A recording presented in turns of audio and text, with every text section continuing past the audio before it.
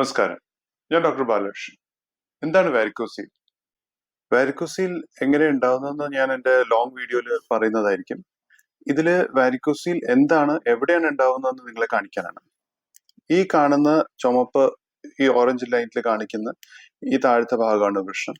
ഇതില് ഉള്ളിലാണ് ബീജങ്ങൾ ഉണ്ടാവുന്നത്. ഈ നീണ്ട ട്യൂബിന്റെ ഉള്ളിലേക്ക് ബീജങ്ങൾ നിറഞ്ഞിട്ട് ആ ബീജങ്ങൾ ഈ നീണ്ട ഓറഞ്ച് ട്യൂബ് വഴി നേരെ മുകളിലേക്ക് ശരീരത്തിന് ഉള്ളിലേക്ക് കയറി പുറത്ത് ശരീരത്തിന്റെ ഉള്ളില് പ്രോസ്റ്റേറ്റ് ഗ്രന്ഥിയുടെ ഉള്ളിലേക്ക്, മൂത്രസഞ്ചിയുടെ താഴെ പ്രോസ്റ്റേറ്റ് ഗ്രന്ഥിയുടെ ഉള്ളിലേക്ക് കയറുകയാണ്. ഈ വൃഷത്തിലേക്ക് വരുന്ന രക്തോട്ടമാണ് ഈ കാണിക്കുന്ന ചുമന്ന മഷിയിലെ ചിഹ്നം. ഈ പോകുന്ന മെയിൻ ആർട്ടറി വഴി, ടെസ്റ്റിക്കുലർ ആർട്ടറി വഴിയാണ് നല്ല രക്തം ശരീരത്തിന്റെ ഉള്ളിലേക്ക് കയറുന്നത്. ഇവിടുന്ന് ഓക്സിജനും വേണ്ട പോഷണമൊക്കെ കൊടുത്തു കഴിഞ്ഞ് ദുഷിച്ച രക്തം എന്ന് നമ്മൾ പറയുന്ന ആ വേസ്റ്റും കൊണ്ട് പുറത്തേക്ക് പോകുന്ന രക്തമാണ് ഈ നീല നിറത്തിലെ കാണുന്നത്. പക്ഷെ നിങ്ങൾ ശ്രദ്ധിക്കുക, ഇത് ഒന്നല്ല, കുറെ വഴികളുണ്ട്, അങ്ങോട്ടും ഇങ്ങോട്ടും കണക്റ്റഡ് ആണ്. അപ്പൊ ഈ ഒരു വഴി മാത്രമായിരുന്നു എന്നുണ്ടെങ്കിൽ ഈ വഴി ട്രാഫിക് ജാം പോലെ ആ രക്തം അവിടെ പെട്ടുപോയനെ. എന്നുവെച്ചാൽ ഇത് ശരീരത്തിന്റെ ഗ്രാവിറ്റിയുടെ എതിര്, എന്നുവെച്ചാൽ താഴേന്ന് മുകളിലേക്കും ഹാർട്ടിന്റെ എതിരാണ് ഈ രക്തം ഓടുന്നത്.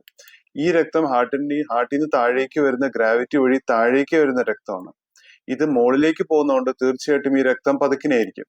അപ്പൊ ഈ വഴി ബ്ലോക്ക് ആണെങ്കിൽ രക്തം തന്നെ ഈ വഴിയിലേക്ക് കയറും, ഈ വഴി ബ്ലോക്ക് ആണെങ്കിൽ ഈ വഴിയിലേക്ക് കയറും. അങ്ങനെ കുറെ വഴികൾ ദൈവം തന്നിരിക്കുന്നത് അതിന് വേണ്ടിയിട്ടാണ്, ബ്ലോക്ക് ഇല്ലാതിരിക്കാൻ. ഈ വെയിൻസ് തടിച്ചു കിടക്കുന്നതിനെയാണ് വാരിക്കോസീൽ എന്ന് പറയുക.